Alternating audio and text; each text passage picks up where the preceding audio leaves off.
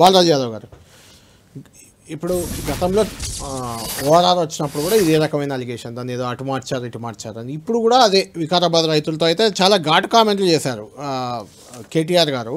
వికారాబాద్ రైతులకు ఆదుకుంటాం మేమని చెప్పుకుంటూనే ప్రభుత్వం భూసేకరణ ఎంత తీసుకుంటుంది, ఎందుకు తీసుకుంటుంది, లాక్కోవద్దు, భూములు లాక్కోవద్దు, భూసేకరణ చట్ట ప్రకారం చేయాలి, ఒరిజినల్ అలైన్మెంట్ కాకుండా సొంత డబ్బులు అంటే అదే కేంద్రం నుంచి వచ్చేది కాకుండా రాష్ట్ర ప్రభుత్వమే కడతామనడం, డబ్బులే లేవంటూ ఎందుకు కడతామనడం, రకరకాల అలిగేషన్లు చేశారు.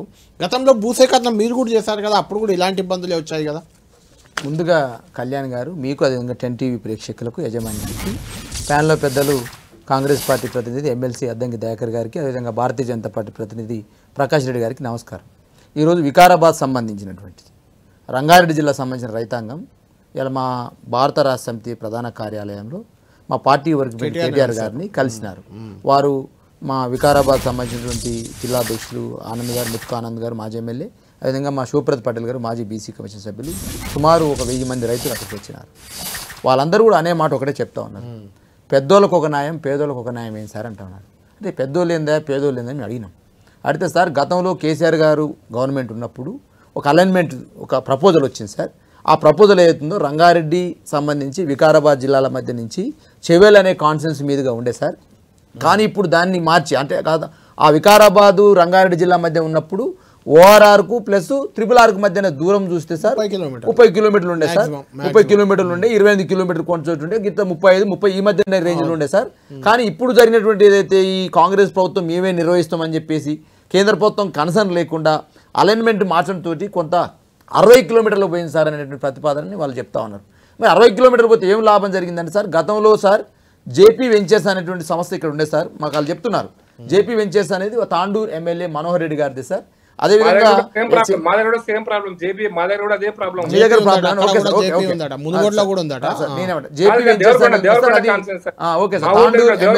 మనోహర్ రెడ్డి గారిది అని చెప్పినారు సార్.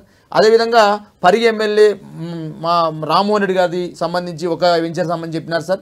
కలవకుర్తి సంబంధించి ఆమనగల్ రైతులు ఎవరైతే ఉన్నారో ఆమనగల్ నుంచి పోవాల్సిన దాన్ని ఏం చేశారు, దీన్ని తీసుకొచ్చి ఆ మాడుగుల నుంచి పోవాల్సిన RRR తాళకొండపల్లి నుంచి పోతుంది పేద రైతు సంబంధించి.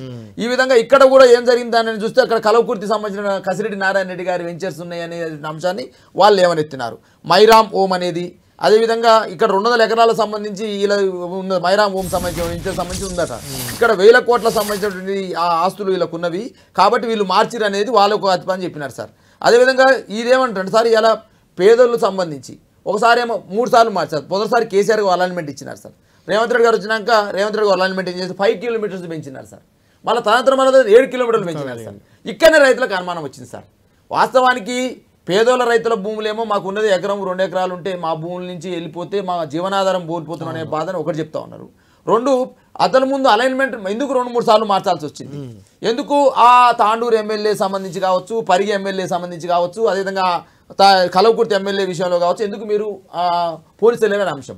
ఇంకొకరికి వచ్చి ఇప్పుడు ప్రకాష్ రెడ్డి గారు చెప్పినట్టు చౌటుప్పల సంబంధించి అయితే రెండోది అయితే ఈ సౌత్ సంబంధించినటువంటి రీజనలింగ్ రోడ్ వస్తూ ఉందో చౌటుప్పల్ నుంచి మొదలైతోని మనకి ఈ వైపు వచ్చేస్తుంది. ఈ చౌటుప్పల్లో కూడా దివిస్ యాజమాన్యం మీద కొంత ఆరోపణ. అంత గతంలో ప్రతిపాదించిన అలైన్మెంట్ ఏముందంటే దివిస్ లోపలికి ఉన్నది, ఇప్పుడు కాస్త ఏమైంది బయటకు వెళ్ళిపోతుంది. దీని ద్వారా ఏం జరిగిందనే అంశం కూడా స్పష్టంగా ఉంది. సరే ఇలా నేను అడుగుతా ఉన్నాను, గతంలో ఏదైతే నార్త్ చేశామో నార్త్ సంబంధించినటువంటి 161 కిలోమీటర్లకు సంబంధించి సుమారు 76% భూమిని మేము వాళ్ళు భూసేకరణ చేసాం. ఆ రోజు 50% గవర్నమెంట్ మేము అనుకున్నాం. ఆ రోజు కేసీఆర్ గారు కేంద్ర ప్రభుత్వంతో అనేక దఫాలుగా చర్చలు జరిపి 2016 నుంచి చర్చలు జరిపితే 2022లో ఇది శాంక్షన్ చేసినారు. వాళ్ళు 161 కిలోమీటర్లు చెప్పినారు, కొంత మనీ కూడా కేటాయించినారు. మేము కూడా 50% భూమికి ఇచ్చినాము. ఆ రోజు కూడా కొంత ఇబ్బంది అయితే రైతులంగానే చెప్పినాం. మేము 76% ఆఫ్ ల్యాండ్ మేము అక్విజిషన్ చేసినాం.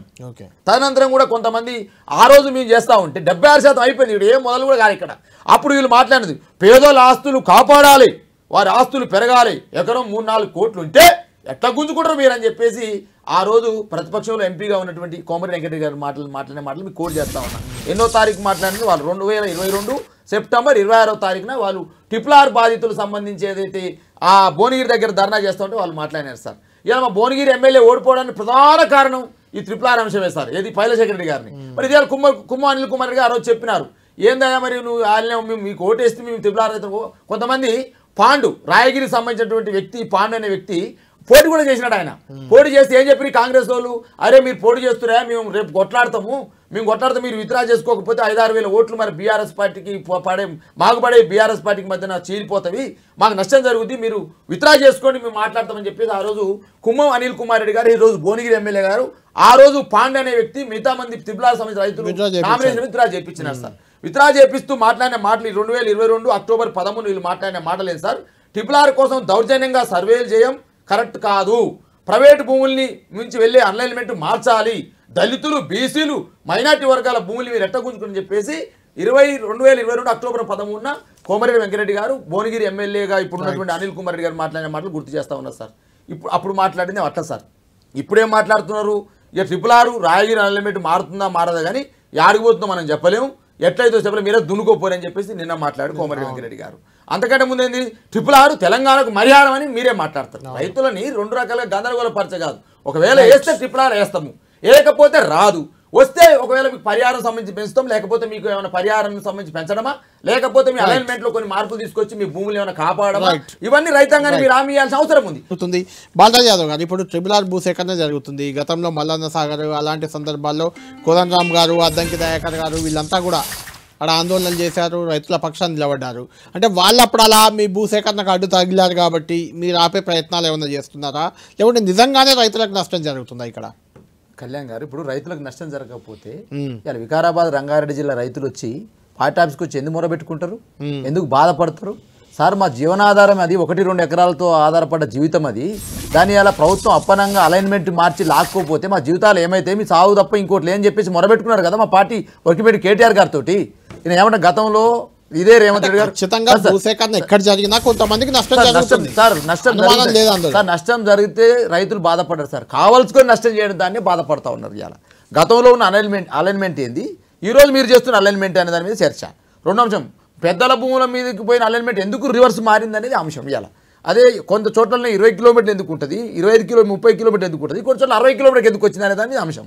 60 కిలోమీటర్ రావడానికి కారణం ఏంది, 30 కిలోమీటర్లు ఉన్నటువంటి వాళ్ళని కాపాడుకోవడం కోసమే కదా. ఎగ్జాంపుల్ నేను ఇంతకుముందు కూడా అనేక వెంచర్ల పేరు కూడా చెప్పాను. డ్రక్ అండ్ ట్రయల్ రిసార్ట్ అనేది కూడా దాంట్లో ఉందని చెప్పినారు రైతులు, చెప్తున్నారు మాకు. ఇలా మైరామ్ హోమ్ వెంచర్స్ అనేది ఉందని చెప్పినారు, ఊటీ గోల్ఫ్ కంట్రీ క్లబ్ ఉందన్నారు, జేపీ వెంచర్స్ అని ఈ సంస్థలన్నీ కాపాడుకోసమే 1000 కోట్ల రూపాయల చేతులు మారినాయి అనేది ఆ రైతుల ఆరోపణ.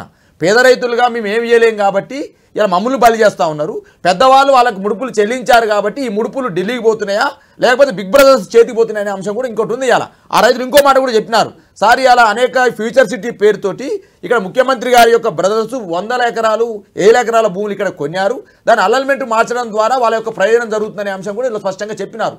సుమారు 2-3 వేల కోట్ల కుంభకోణం ఇక్కడ ముడుపులు చేతులు మారుతా ఉన్నవి, అది ముఖ్యమంత్రి గారు చేస్తున్నాయి, ముఖ్యమంత్రి గారు బ్రదర్స్ చేస్తున్నాయనే ఆరోపణ కూడా రైతులు చేసినారు సార్. నేనేమంటున్నా అంటే సార్, ఇలా 189 కిలోమీటర్లు ఏమో కేంద్రం ఇస్తుంది, మీరు 201కి వెళ్తారు, 210 అయితే 210 అయితే 220 అయితే తెలియదు.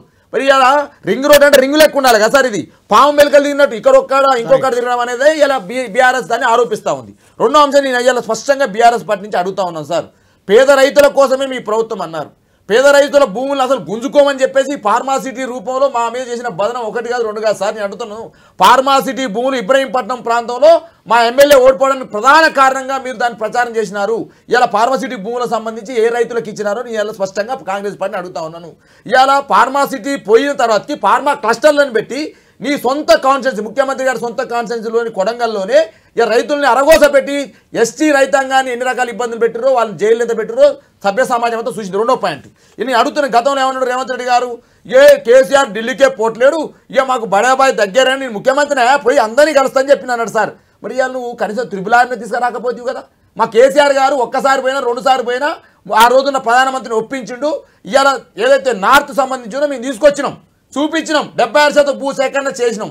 మరి ఇవాళ నువ్వు ముఖ్యమంత్రిగా 40 సార్లు 50 సార్లు పోయినావు, ప్రధానమంత్రిని కలిసినావు, కేంద్ర మంత్రిని కలిసినావు, ఎందుకు త్రిపురాలు తీసుకురాకపోయినావు? ఇంకా దీనికి అందమైన మాటలు మాట్లాడితే ఏం చేస్తున్నాడు, అలైన్మెంట్ మారుస్తా, మూటలు తీసుకుంటా, ఢిల్లీకి కొంత కప్పం కడతా, పేద రైతుల్ని ఆగం చేస్తా అని చెప్పేసి నువ్వే మాట్లాడుతుంటే దీనికి అందంగా ఏం చెప్తున్నట్టే, అర్థమైన గ్రీన్ ఫీల్డ్ రోడ్డు అవి రేపు దీని రైలు కూడా వేస్తారట. రైలు ఇక త్రిపురాలో తీసుకెళ్ళకపోతే నువ్వు రైలు ఆడేస్తావు రేవంత్ రెడ్డి గారు. నేను అడుగుతున్నా సార్ స్పష్టంగా సార్, ఇలా పేద రైతుల గోస ఎందుకు పట్టట్లేదు? 1-2 ఎకరాలు ఉండి వాళ్ళ తాత తల్లుల నుంచి వచ్చినటువంటి భూముల మీద బతున్న వాళ్ళ యొక్క రైతుల జీవితాన్ని ఎందుకు రేవంత్ రెడ్డి గారు ఆగం చేస్తుండో స్పష్టంగా చెప్పాలి. దీని వెనకాల ఇలా అడుగుతున్నా సార్, ఇలా కేంద్ర ప్రభుత్వం డిమాండ్ చేస్తున్న 10 ద్వారా 100% ఈ భూములలో ఖచ్చితంగా చేతులు మారినాయి, ముడుపులు చేతులు ముట్టినాయి. సుమారు 2-3 వేల కోట్ల కుంభకోణం జరిగింది. దీనిపైన విచారణ జరిపించాలని డిమాండ్